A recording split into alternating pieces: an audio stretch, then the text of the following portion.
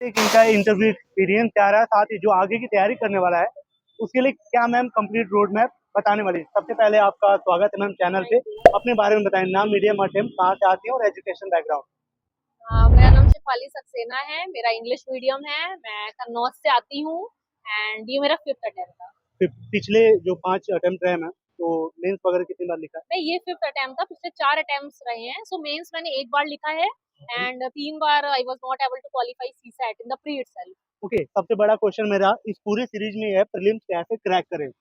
अगर कुछ पॉइंट बताना चाहें कि ये पैरामीटर है तभी आपका प्रीलिम्स क्रैक होगा, तो क्या पैरामीटर हो सकते हैं? सबसे पहला पैरामीटर तो मैं बोलूंगी एप्टीट्यूड एंड टेम्परामेंट। प्री के लिए first parameter and second is practice. Obviously practice से ही टेम्परामेंट डेवलप होता है and third obviously study of current affairs. Practice मतलब क्या क्या खोलना है? प्रैक्टिस मेनली पीवाईक्यूज पहले आप सारे लगाएं, एटलीस्ट 5 इयर्स की पीवाईक्यू। उसी डायरेक्शन में आप पढ़ाई करें। और क्योंकि पढ़ाई ऐसे तो बहुत ज्यादा है, आपको अगर डायरेक्शन में पढ़ाई करें और बाकी मॉक्स की प्रैक्टिस मतलब एटलीस्ट 30-40 मॉक्स आप अभी जनवरी है, अभी हफ्ते में 1 बार लगाएं, फरवरी में हफ्ते में 2 बार कर दें, फिर मार्च में भी 2 बार, हफ्ते में 2 बार करें। फिर जैसे अप्रैल आए हर अल्टरनेट डे मॉक लगाएं। एक दिन पढ़ाई करें, जैसे एक दिन पॉलिटी रिवाइज किया, अगले दिन पॉलिटी का मॉक लगाएं। सारे कैंडिडेट पीवाईक्यू पे ज्यादा जोर दे रहे हैं। पीवाईक्यू में कितने लोग का सोच रहे हैं कि जब पीवाईक्यू पूछ लिया तो दोबारा थोड़ी पूछेगा, तो पीवाईक्यू कैसे करना है?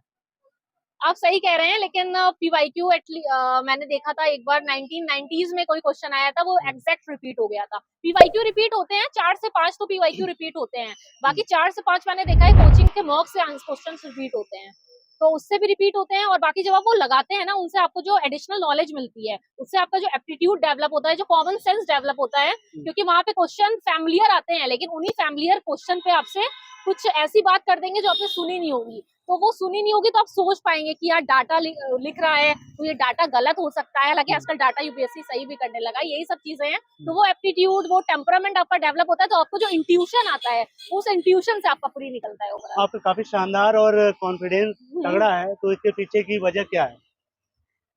इसके पीछे की वजह है कि मैं प्रोसेस पे फोकस करती हूँ, आउटकम पे उतना नहीं करती। मुझे लगता है हमारे हाथ में प्रोसेस है, हम वो करें, आउटकम जो भी होगा, अच्छा होगा बुरा होगा, जो भी होगा मतलब वो डेस्टिनी भगवान जी देख लेंगे, ऐसा मैं सोचती हूँ। मतलब ओके, 3 पैरामीटर पे आपकी रैंक डिसाइड होती है, आपके एथिक्स, ऐसे और ऑप्शनल।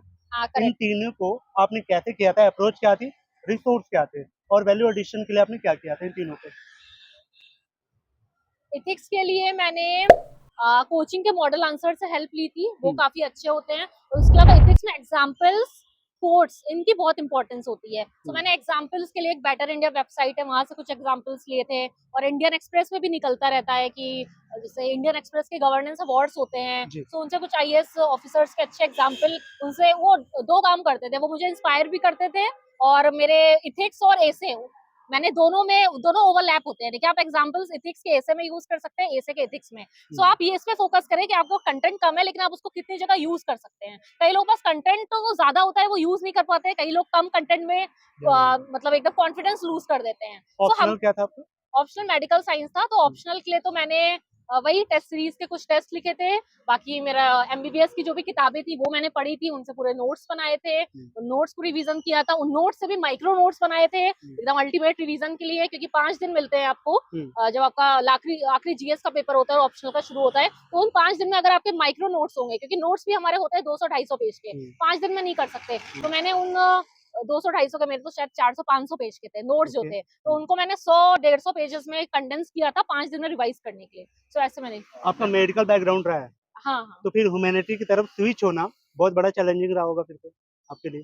चैलेंज तो है, लेकिन मुझे तो, मैंने इसमें पॉजिटिव चीज देखी। मुझे लगा अब तक सिर्फ मुझे मेडिकल नॉलेज पता थी, अब तो मुझे वर्ल्ड के बारे में पता है, रशिया क्या कर रहा है, यूएस क्या कर रहा है, तो मैंने इसको बहुत पॉजिटिवली लिया। इंडिया के बारे में, क्या इंडिया में हो रहा है, क्या स्टेप्स लिए जा रहे हैं।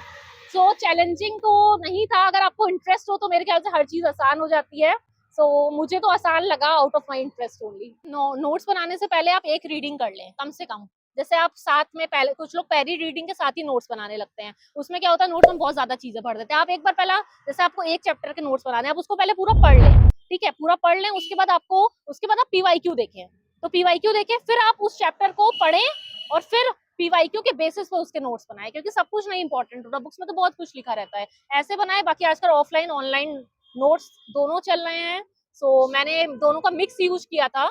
आप मेरे ख्याल से दोनों का मिक्स करना चाहिए, बिकॉज काफी चीजें हम ऑफलाइन थोड़ा पढ़ते हैं, थोड़ा रिटेंशन बेटर होता है, और ऑनलाइन थोड़ा करंट अफेयर्स के नोट्स बनाने चाहिए, because they are very vast.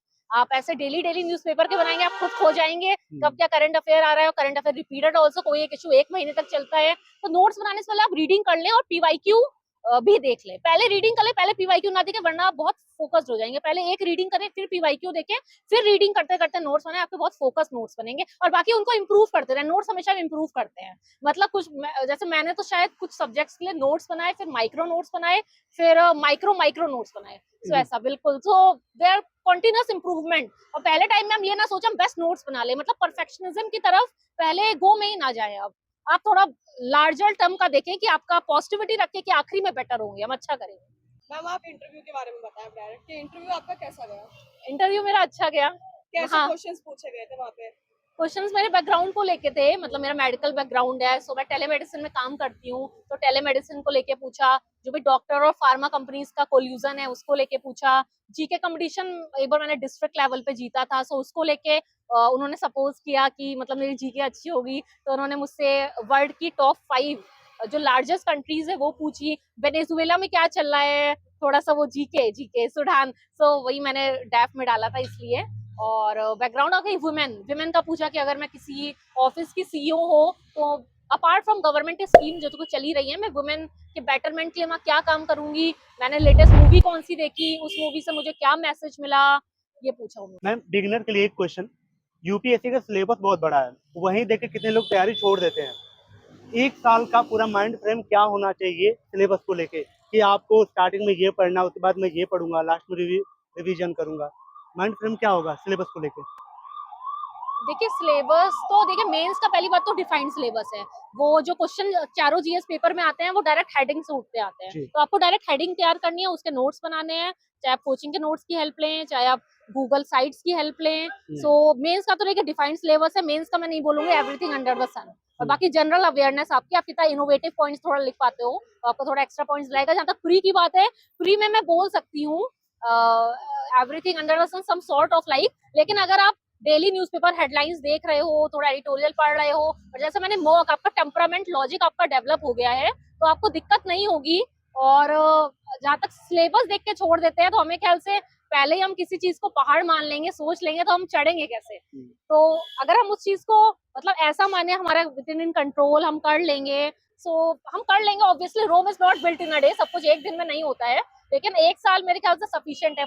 1 साल आप तैयारी करते हो, 1 साल आपको एग्जाम देने में लगता है। लास्ट सो में आप तैयारी आप ऐसे करें, हाँ। आप शुरू में सब बेसिक बुक्स पढ़े, एनसीईआरटी आपको सारी नहीं पढ़नी है, ओके। बेसिक पढ़े, सिर्फ बेसिक एनसीईआरटी। जैसे ज्योग्राफी की 6 to 12 सारी इंपॉर्टेंट है, लेकिन हिस्ट्री में आपको सिर्फ 6, 7, 8 पढ़नी है। पॉलिटी में सिर्फ एक 11th क्लास की एनसीईआरटी वही इंपॉर्टेंट है, वो पढ़ें। बाकी लक्ष्मीकांत जैसा मैंने बताया, पीवाईक्यू देखें, करें, फिर मॉक दें, फिर बुक पढ़ें, अगेन अगेन अगेन ऐसे। तो मतलब चीजें मल्टीपल इटरेशन में होती है, तो वही। लास्ट मैसेज मैम 2025 को जो तैयारी कर रहा है उसके लिए क्या है, और साथ ही इस पूरी जर्नी ने आपको सिखाया क्या? 2025 की जो तैयारी कर रहे हैं अब, तो वो मेरे ख्याल से अगर फर्स्ट अटेम्प्ट है तो आप फुली प्री की तैयारी में जुट जाएं, मतलब आपको 5 महीने तो चाहिए ही। सो आप अभी अपना, अगर आप पढ़ चुके हैं ऑलरेडी, उन बुक्स को रिवाइज करें, अपने नोट्स बनाए हैं तो उनको रिवाइज करें। जैसे आपने लक्ष्मीकांत, मान लीजिए आपने अपना टारगेट सेट कर लिया, आपने 5 दिन रिवाइज करी, फिर 6वें दिन आपने कोई भी कोचिंग का उठा के पॉलिटी का मॉक दे दिया, उस मॉक को आपने 5 घंटे बैठ के एनालाइज किया, आपने जो गलती देखी, गलती अपने आपको तो पता चलेगा आपकी क्या गलती है, आप कोई ईयर भूल रहे हो, कोई डेटा भूल रहे हो, किसी का नाम भूल रहे हो, फिर आप अपने नोट्स दोबारा पढ़ें। हाँ, फिर ऐसे ही आप अगले 5 दिन हिस्ट्री पढ़ें, फिर उसका टेस्ट दें, मतलब चीजें मल्टीपल रिपीटिशन में करें। पहली बार आपके मार्क्स कम हो गए तो आप वो डिसअपॉइंट ना हो। और मेरा एडवाइस रहेगा 1 महीने पहले, जैसे मई में है तो अप्रैल से आप हर अल्टरनेट डे मॉक दें, उससे आपका जो टेम्परामेंट और एप्टीट्यूड बनेगा वो मेरे ख्याल से पढ़ाई से कई गुना ज्यादा आपको फायदा करेगा। बिकॉज कई लोग मैंने देखा है वो मॉक देते नहीं है, वो सोचते हैं अभी मैंने पढ़ा नहीं। सो मेरे ख्याल से कि they both should go hand in hand, मतलब साथ में दोनों चलने चाहिए। और 5 दिन में आप, अगर आपने सोचा है 6वें दिन मॉक देंगे, 5 दिन में आपका जितना आपने पढ़ लिया उसको आप वहीं बंद कर दें और फिर आप मॉक दें, क्योंकि ये भी एक कला होती है कि आपको नहीं आता है तो आप कैसे आंसर मार्क कर रहे हो, वो जो आपकी कला डेवलप होगी वो आपको प्री में सबसे ज्यादा हेल्प करेगी। आपकी जो पर्सनालिटी आईपीएस वाली लग रही है। Thank you. और पूरी जर्नी ने क्या सिखाया हाँ लाइफ? हाँ, पूरी जर्नी से मतलब मैं बहुत ज्यादा इवॉल्व हुई हूँ। मुझे ये पता चला है कि अगर हम अपने सराउंडिंग से नॉलेज रखते हैं, किसी चीज को देख के हम सोचते हैं, लोगों को सेंसिटिव रहते हैं, तो हम एज अ पर्सन तो हम सक्सेसफुल है ही। वो एक एग्जाम डिफाइन नहीं कर सकता कि बिल्कुल। हम एज अ पर्सन कितने सक्सेसफुल हैं। और बाकी एग्जाम हमारी प्रोफेशनल सक्सेस डिटरमाइन करेगा, which on a long term हम बनेंगे, उसके बाद भी हमारी रिस्पॉन्सिबिलिटी रहेगी, मतलब सब कुछ वही तो एंड नहीं हो जाएगा। सो उसके बाद भी हम अगर सेंसिटिव हैं, हम्बल हैं, पोलाइट है, वो सब चीजें हमारे काम आएंगी। तो मैं इवॉल्व हुई हूँ और मुझे सिखाया है मैंने कि सेटबैक्स आती हैं, लेकिन सेटबैक्स से ही हम इवॉल्व होते हैं। There are part and parcel of our life. Setbacks भी आती हैं, सक्सेस भी आती हैं, तो अप एंड डाउन चलते हैं। सो समाज में मैंने बदलाव क्या चाहती हैं आप होने के बाद? लग रहा है कुछ डिसाइड किया होगा आपने कि मैं पर्टिकुलर ये सेगमेंट में अपना काम करना चाहूंगी, हेल्थ में, वुमेन के लिए क्या करना देखिए, चाहती हैं हेल्थ तो जिला में मेरा एक अपने? नेचुरल इंक्लाइनेशन है, बीइंग हाँ, अ डॉक्टर। हाँ। उसमें तो कई रिफॉर्म्स मैंने सोचे हैं कि ये होना चाहिए।